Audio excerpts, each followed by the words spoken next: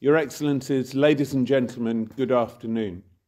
I wish to express my sincere appreciation and gratitude to the Special Rapporteur, Professor Elena Dutton, for inviting me to speak at this important event on the impact of unilateral coercive measures on the delivery of humanitarian aid, hosted in conjunction with the ongoing session of the Human Rights Council. I'm sorry I can't be with you in person, but it's my honour to represent Caritas Internationalis and to contribute to today's discussion on this important topic by sharing some of the key findings and conclusions of a joint report that we, Caritas Internationalis, released last year with the World Council of Churches and with the World Evangelical Alliance.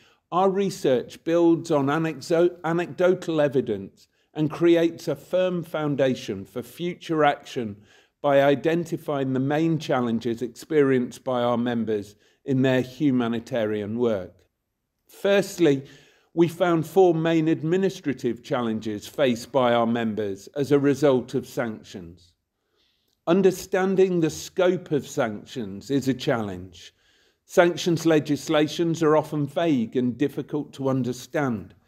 The vagueness of words and legal terminology, as well as multiple references to other legal documents, is problematic, as it is key to understand how to comply with sanctions correctly in the respective operational environments in order to implement humanitarian projects effectively. The second challenge is the legal repercussions and de-risking. What happens if a humanitarian organisation were to violate a sanctions regime? Does it face legal repercussions? Our study shows that humanitarian organisations have rarely become the target of legal investigations because of violations of sanctions requirements.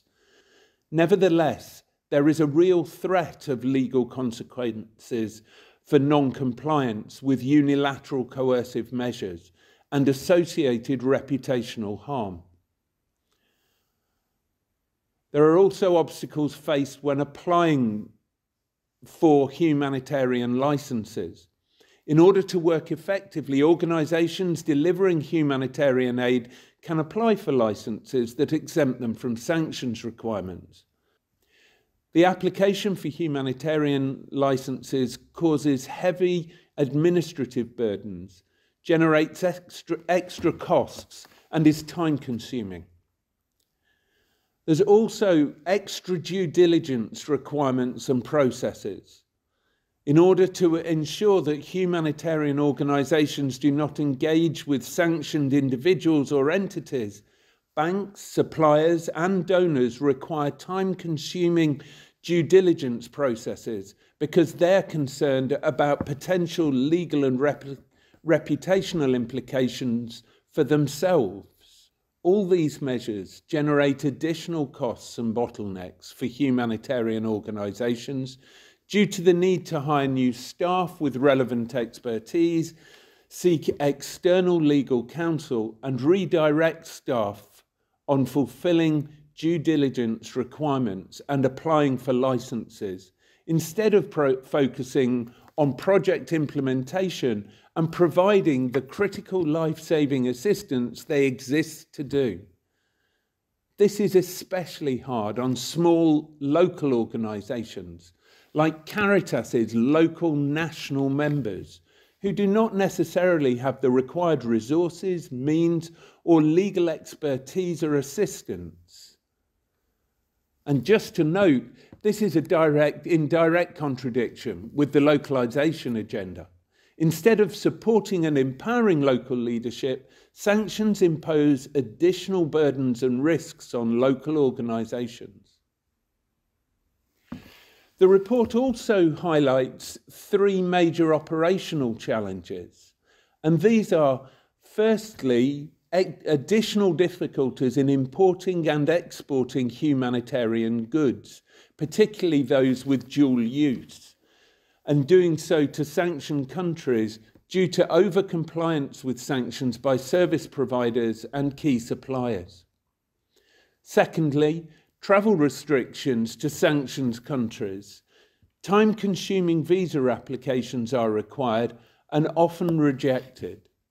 And thirdly, an important challenge to stress is the de-risking undertaken by banks and over-compliance with sanctions, whereby banks often refuse to transfer funds to local and international humanitarian NGOs providing humanitarian relief in sanctioned countries, despite humanitarian exemptions being in place.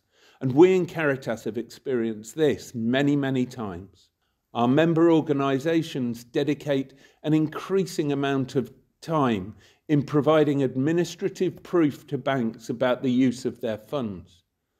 This is a colossal waste of time, and it causes months of delay in receiving funds and hampers critical life-saving activities on the ground.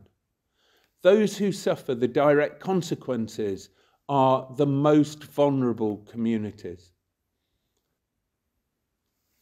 We particularly urge sanctioning states to take all possible actions to support humanitarian organisations and address the fear of banks and financial institutions to carry out transactions required for the delivery of humanitarian aid. We also ask you to pay greater attention to highlight and address the negative consequences of bank de-risking and promote open dialogue between financial institutions, humanitarian actors, donors and policymakers. We ask that reliable local and international NGOs should benefit from a simplified and fast procedure to allow for a timely implementation of their relief programs.